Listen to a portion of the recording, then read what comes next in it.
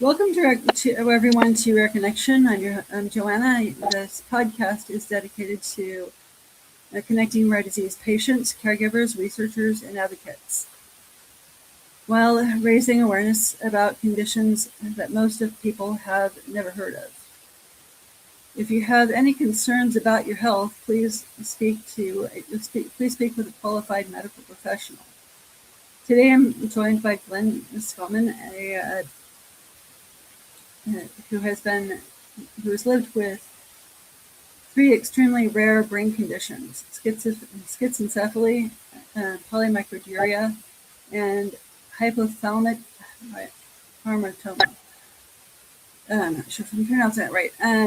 For many years, Glenn experienced as many as 10 to 20 seizures a day while searching for treatment and answers. Glenn's story is one of resilience, advocacy, and hope. He is also known for something truly remarkable, the seizure alert cat Blake, who helps detect and interrupt seizures and even received a National Humane Award. Glenn, thank you so much for joining me today and sharing your story with the Rare Connection community. Can you walk us through the moment when Dr. Kate diagnosed all three conditions? Oh, yes, definitely. Well, I was rushed over to Barrows Institute on February 28th, 2002 from a Mesa hospital because they didn't know my brain condition at the time. I was just going in for my back, and Dr. Kate and a bunch of other doctors came and did some test on me. It didn't seem right after an MRI was done. This is like 5:30 in the morning on March 1st, and they sent me back for another MRI. Dinner time, March 1st. My two of my sisters were in the room along with my niece. Dr. Reekate walked into the room. I'm sitting up having dinner. My sisters and I were talking along with my niece. He's shaking his head. I got bad news for you.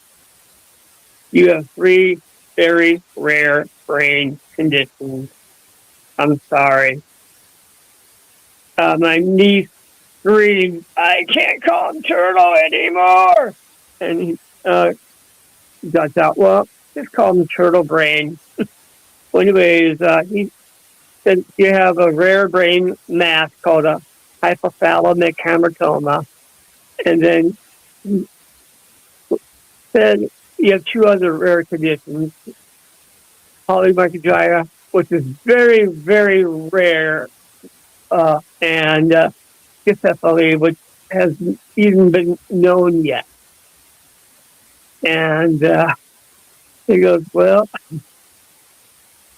with all conditions you have, barely lives to the teenage, and you are a walking miracle. We're going to send you home in the next couple of days, and then we're going to watch you. So, see, how did each condition, HH, polymicrogyria, and schizencephaly, affect your daily life? Well, it, I'm having my seizures. I'm having my headache.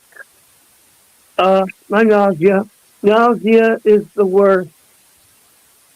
Constant nausea, headache, daily. I'm dealing with a couple types of seizures daily.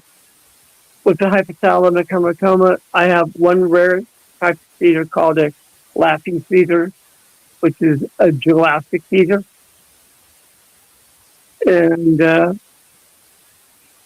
daily, I just keep on going. I was going to college, I go out to the malls, I take the bus, and I just enjoy my life no matter the traditions I have. If I have a speaker on the bus or at college, I have my medical information on me. My brain is so unique. I've had neurosurgeons uh, in Florida. I've had neurosurgeons here in California, Texas, and all over to tell me I have the most unique brain. I'm missing half, about 1/3 of the right side of my brain, then it's kind of a little deformed, a little bit right from here, and then I got the mass, which is on the hypothalamus and the pituitary gland, and wrapped around the optic nerve. It's very unique. It's on my Facebook page, I believe. I'll put it on there. Okay. So, many listeners deal with misdiagnosis and years without answers. What has your life been since? What has your life been like since? My gosh, it's been kind of bad. I mean, all my life I've just been sick, but each day I wake up and a new day. Keep on going, no matter what. So, what keeps you going? Faith and my cat. No. If it wasn't for my cat, I wouldn't be here today. Let's see.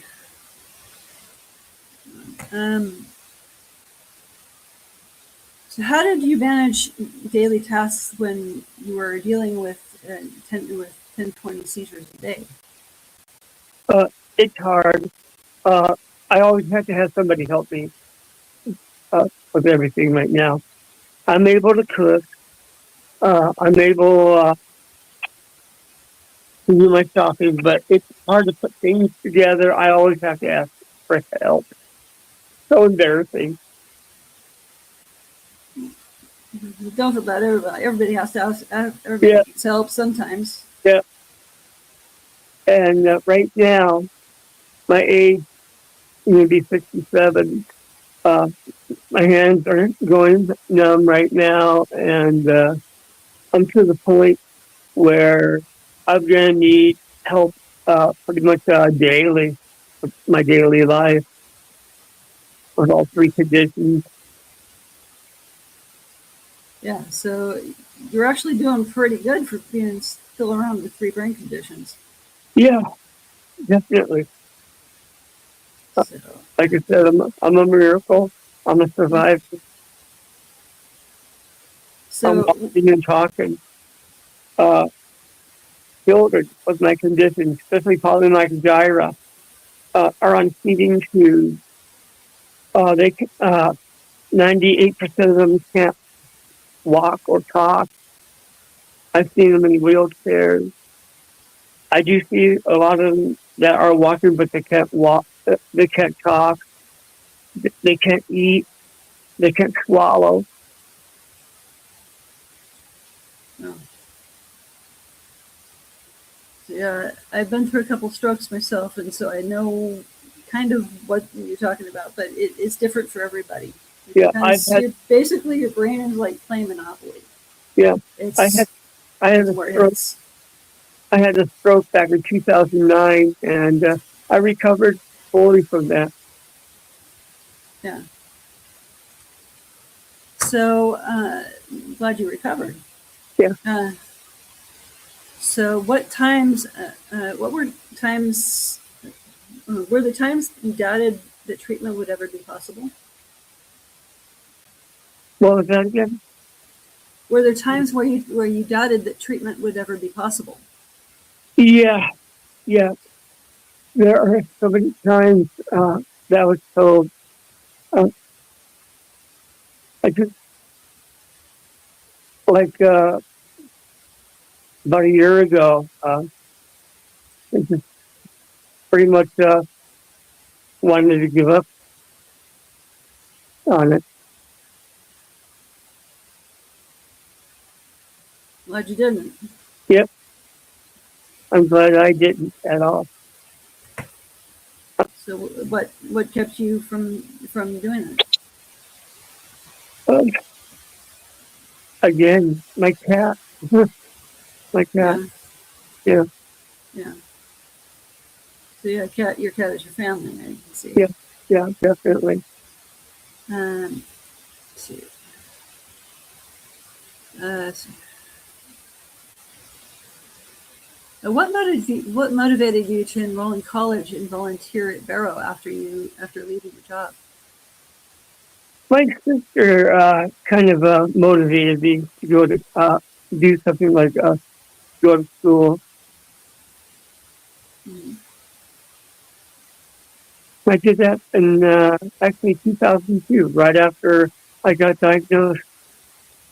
And then I started doing brain tumor walks and epilepsy walks Mm-hmm. here back in Arizona. And then I got offered to do one in Chicago. And once I did the Chicago, I ended up doing walks all over the U.S. And then I did about like 6 years of college just for the fun of it. Mm-hmm. And there was 2 years that the college did my walks with me over in Scottsdale. So So what was your favorite place? Chicago.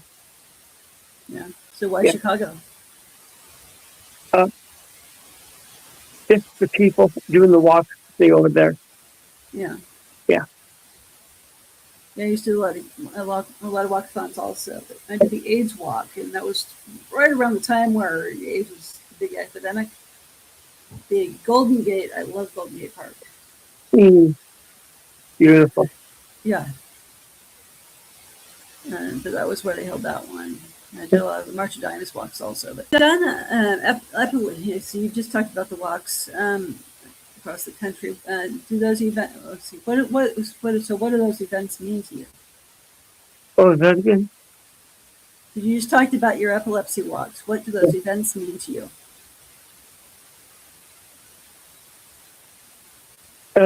The events, what? Sorry. What do the events mean to you? Oh, what does the events mean to me? Right. It, just walking and just helping those that really need it. That walking for the cause, actually, walking for the cause, and doing the full walk.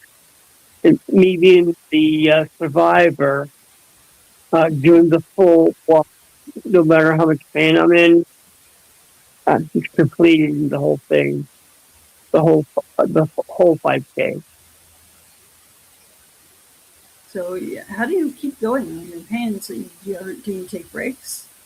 No, I just keep on going. I just keep walking. I don't even stop at all. Oh, By the time I'm at the finish line, I just end up collapsing.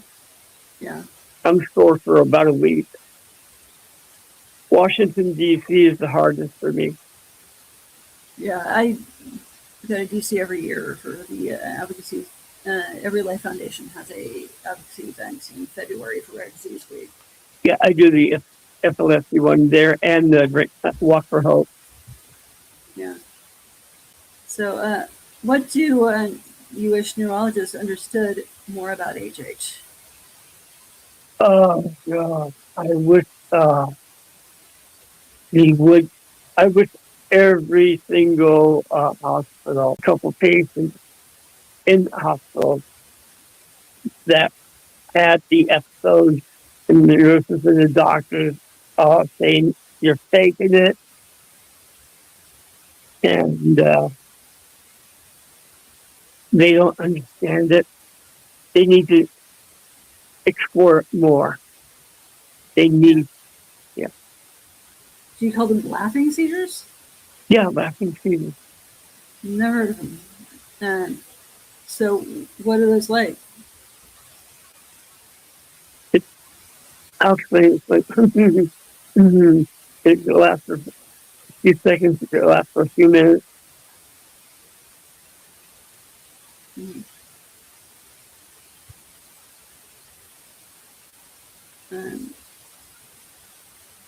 So, are you on seizure medications now? Yes, I'm on zonisamide at night.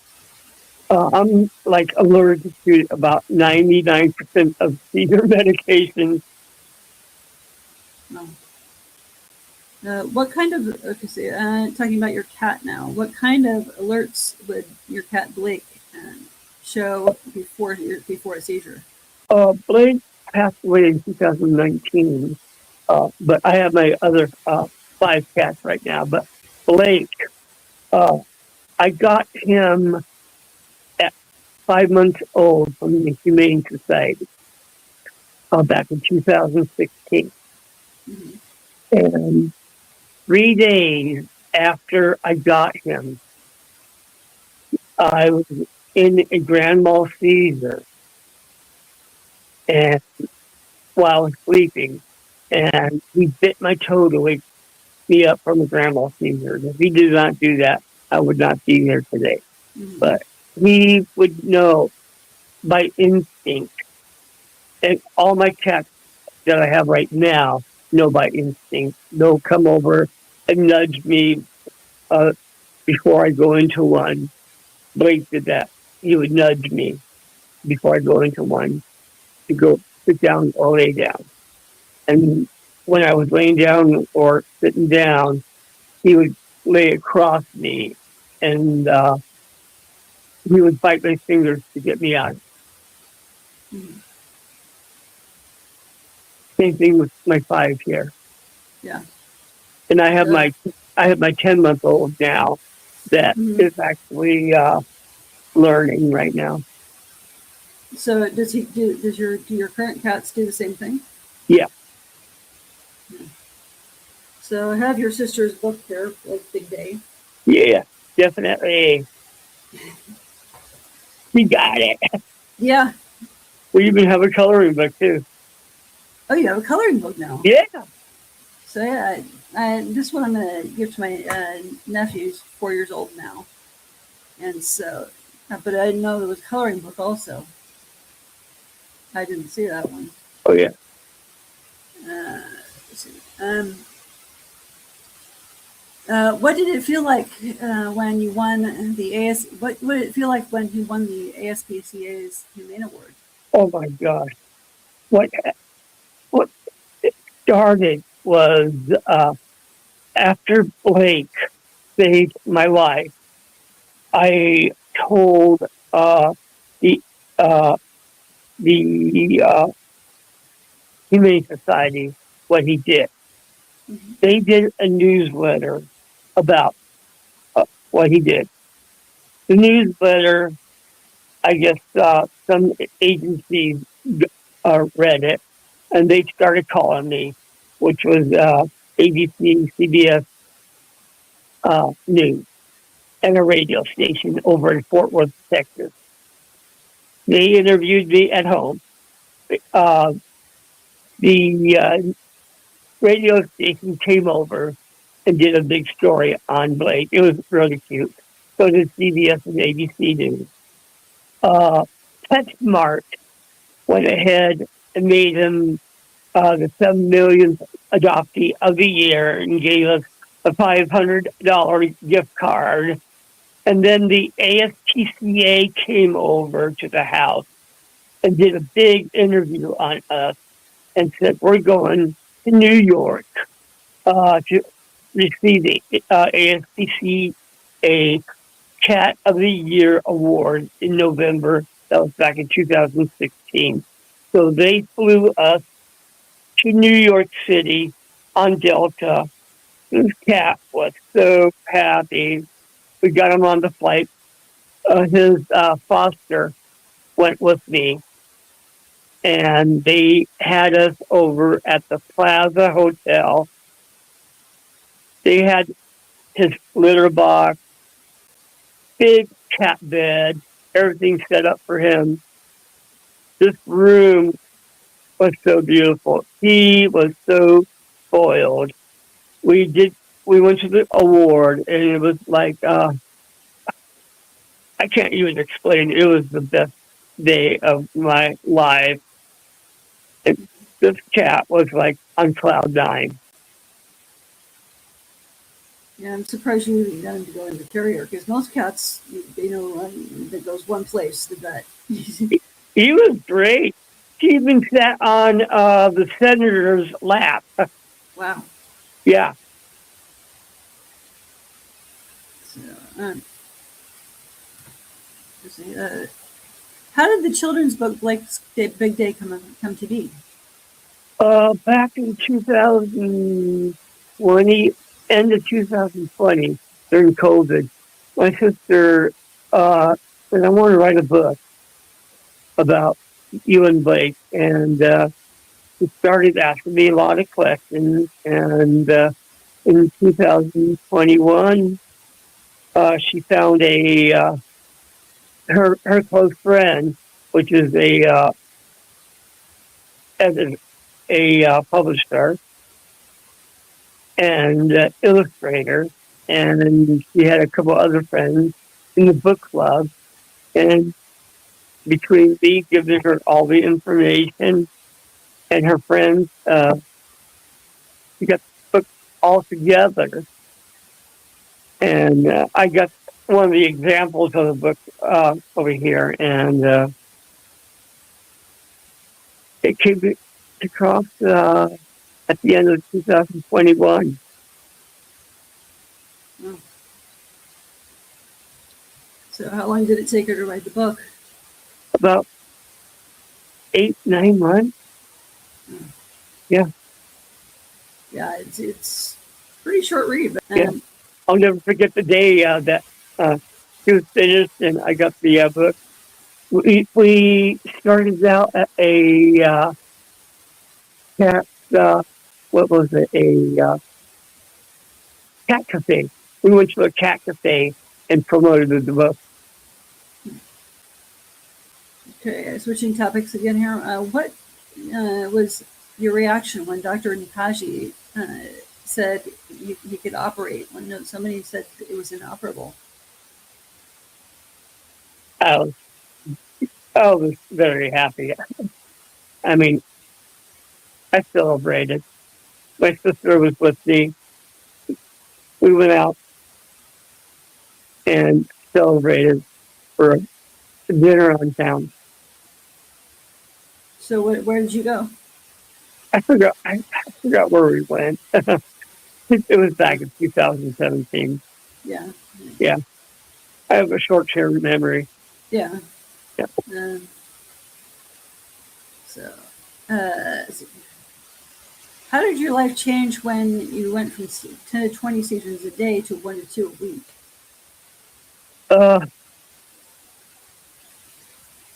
Able to do a lot more. Like what? Go to movies, do more of my walk, travel a lot more. I do a lot of traveling. My son works for the airlines, and I do a lot of concerts. I go visit my family over in Florida. I know you do a lot of traveling. Oh yeah, definitely. I went to Ireland back in 2014. So how do you find somebody to watch your cats when you're away? It's hard to find a good cat sitter, but I get my neighbors to do it. Yeah. This last time that I went to Florida, I had my next door neighbor watch them. Didn't go too well, but they were all alive.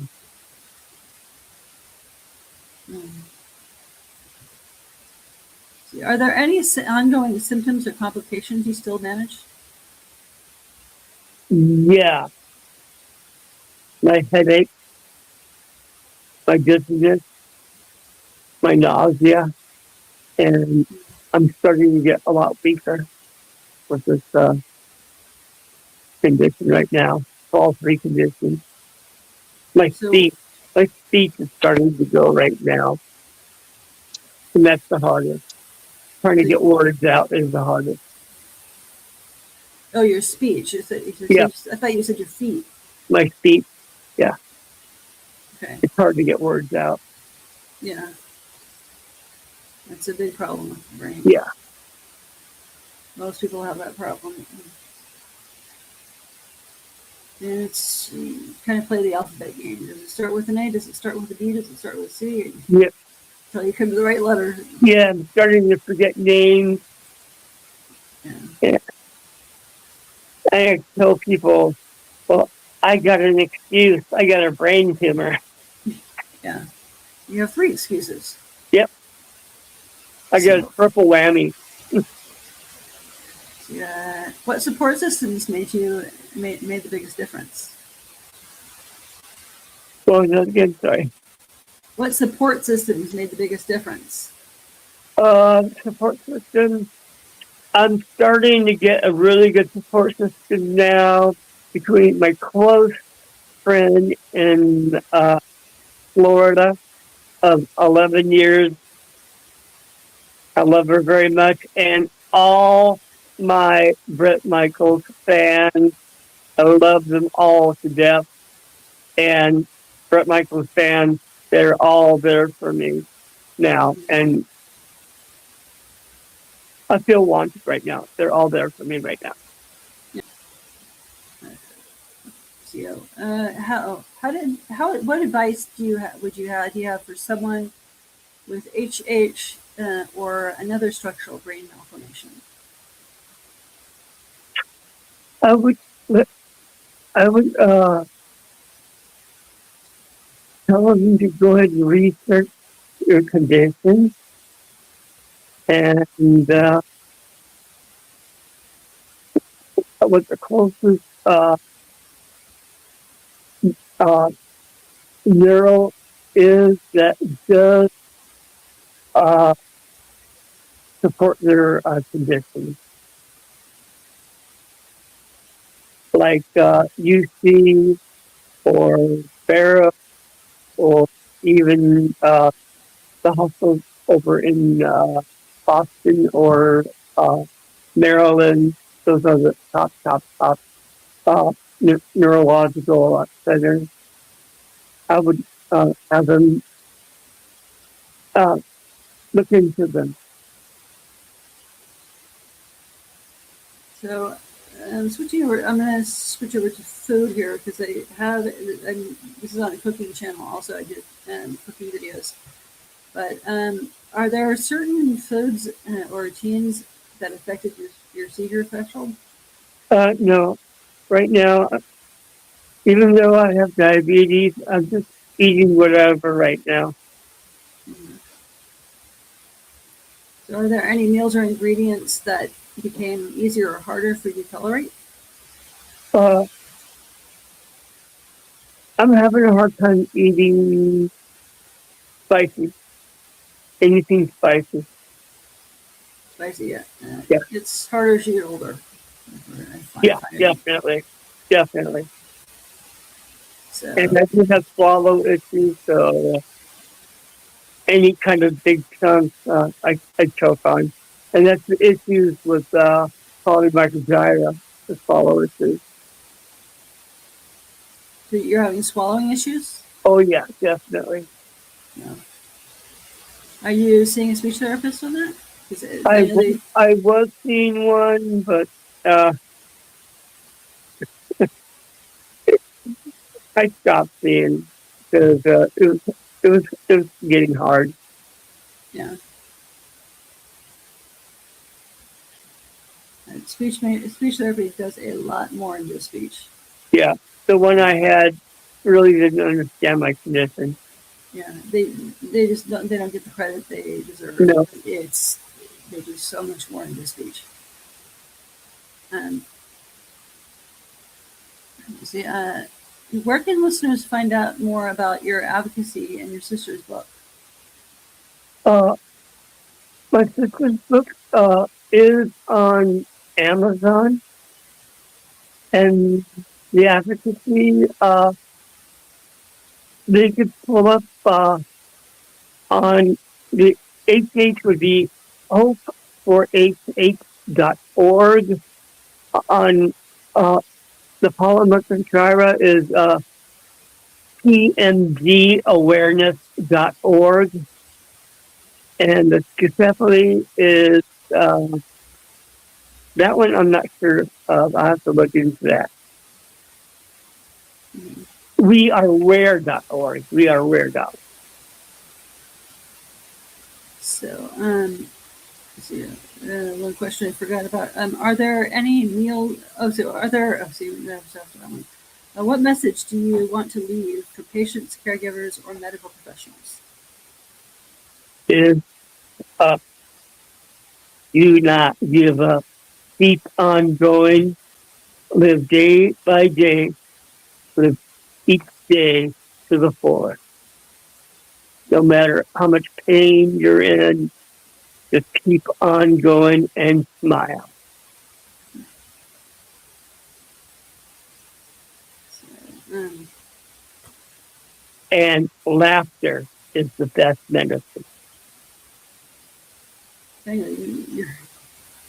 So, Glenn, thank you so much for sharing your story and helping raise awareness about rare brain conditions and epilepsy stories like yours are incredibly important because for many people living with rare diseases, hearing that someone else has walked in a similar path can make a huge difference. For everyone watching or listening, if you found this conversation helpful or meaningful, please consider subscribing to Rare Connection and also my YouTube channel, Rare Chef.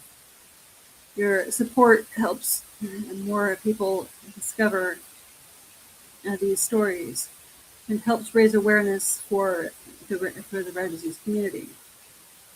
If you're watching on YouTube, feel free to leave a respectful comment below. For the audio listeners, please consider to send me. You can use the send me a text link in the show notes. You can also follow Rare Connection on Facebook, X, and LinkedIn, and to stay updated on future episodes and advocacy efforts. And before we end, as always, I want to share an important reminder. If you or someone you know is struggling, please reach out for help. Support is always available 24/7. In the United States, you can call or text 988, or you can also text home to 741-741 for the Suicide and Crisis Lifeline. Thank you for joining us today, and thanks again for being here and sharing your journey.